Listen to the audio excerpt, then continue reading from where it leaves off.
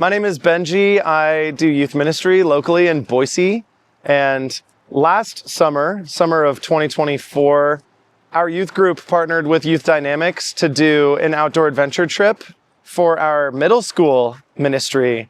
And at the time that we did it, the group was not especially cohesive, nor was it especially large. We had a pretty small group of students coming because we just graduated up an 8th grade class. And long story short, I was nervous that we weren't even going to get enough people to come to this trip. Maybe 5, 6, best case scenario. But when we started pitching it, telling students to ask their friends to come, it felt like students came out of the woodwork. We ended up getting about 20 students to come on this really exciting 2-night camping, river rafting, rock climbing, outdoor adventure trip. And in that time, these students that either didn't know each other at all or didn't know each other very well grew very tight-knit, very cohesive, really quickly in an environment where they were being challenged, having fun, felt safe, and where we were encouraging them to spend time in scripture and worship and prayer. It felt like a really beautiful picture of discipleship in the making if we all live in tents. It was a catalyst for our junior high ministry. And we saw after that group cohesiveness really locked in place due to the power of play, I think. We saw that for the next many, many months, our middle school ministry thrived because of the relationships that were fostered in the Youth Dynamics trip. Yeah, so the last day of the trip, we were up at the Eagle's Nest, which is a climbing spot outside of Horseshoe Bend. And a bunch of our youth were really, really nervous because we were up on this, not even a super steep ledge, but the fear of heights, it was gripping a lot of our youth. We have this one young boy, we call him Dragon, is his nickname.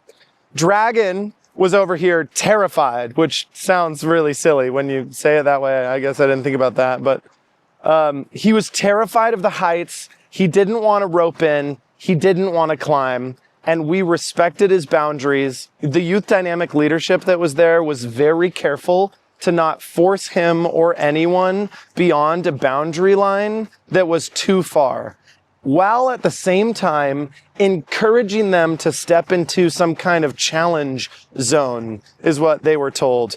Go from your comfort zone to your challenge zone, but not into your danger zone. And we were able to see over the course of our hour and a half, 2 hours up at the Eagle's Nest climbing, this boy, Dragon, go from shaking, wanting to go back, asking us to please return to the van, to I think I'm safe, it's okay if I'm up here, to eventually harnessing up and even getting to the point where he could start to walk his feet up the rock wall and then lean back and sit, trusting the rope and his harness with all of his weight.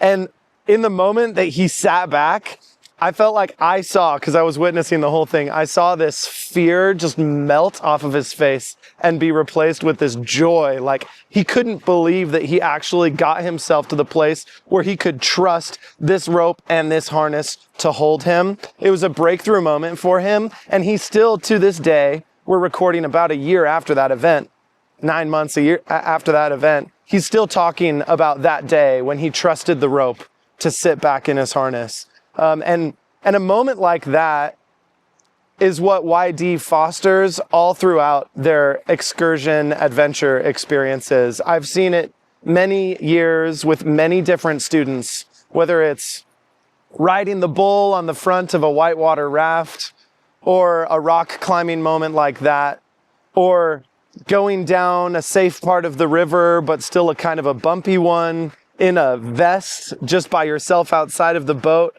These students are encouraged to challenge themselves, and they walk away less gripped by fear, more confident in who God's made them to be.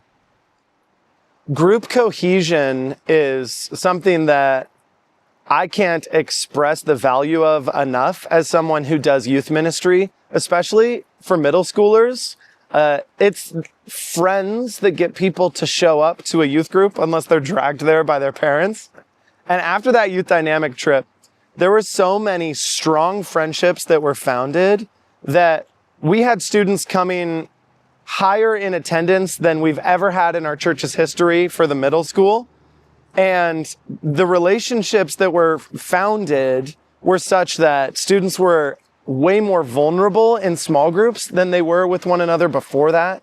They were more confident in stepping out to read scripture in front of other people or pray in front of other people. So we saw the fruit of that youth dynamics trip.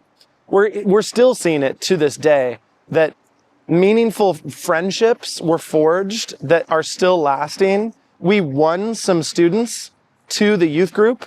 And I think the secret sauce of it is the beautiful combination that Youth Dynamics brings together of the power of play and outdoor adventure, along with this discipleship. Look at the creator of all of this beautiful world. You see that people in Youth Dynamics are pointed to the goodness and love of Jesus while also being consistently emboldened in a fun, invigorating environment that bonds people, and our youth group has definitely been reaping the rewards ever since we came home from that trip.